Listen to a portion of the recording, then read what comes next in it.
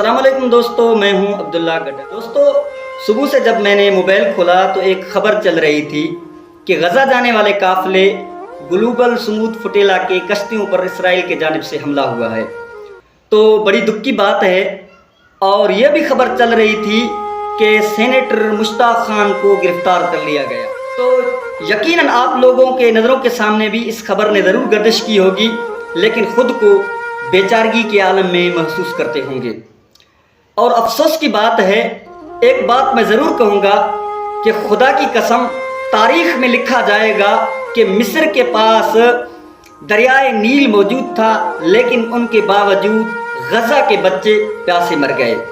और तारीख़ में लिखा जाएगा कि अरब हुक्मरानों के पास तेल के कुएं मौजूद थे, लेकिन उनके बावजूद भी गज़ा जाने के लिए, अस्पताल बच्चों को पहुंचाने के लिए एम्बुलेंस के अंदर ईंधन मौजूद नहीं था।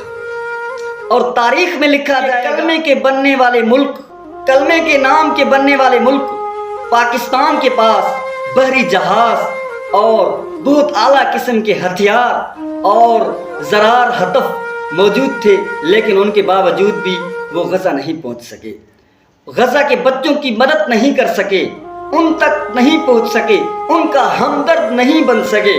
और तारीख में लिखा जाएगा कि लबनान, मिस्र के पास 50 लाख से ज़्यादा लश्कर मौजूद थे, लेकिन उनके बावजूद भी वो गज़ा तक नहीं पहुंच सके।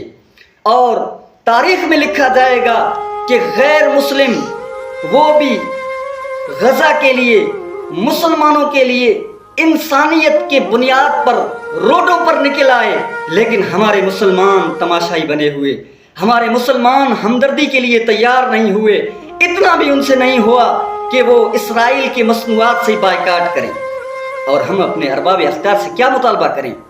यहाँ पर बोलने पर पाबंदी, यहाँ पर सोचने पर तहरीरें, हमारे पाँव ग़ुलामी के जंजीरें के अंदर फंसे हुए हैं, ग़ुलामी की जंजीरों के अंदर जकड़े हुए हैं।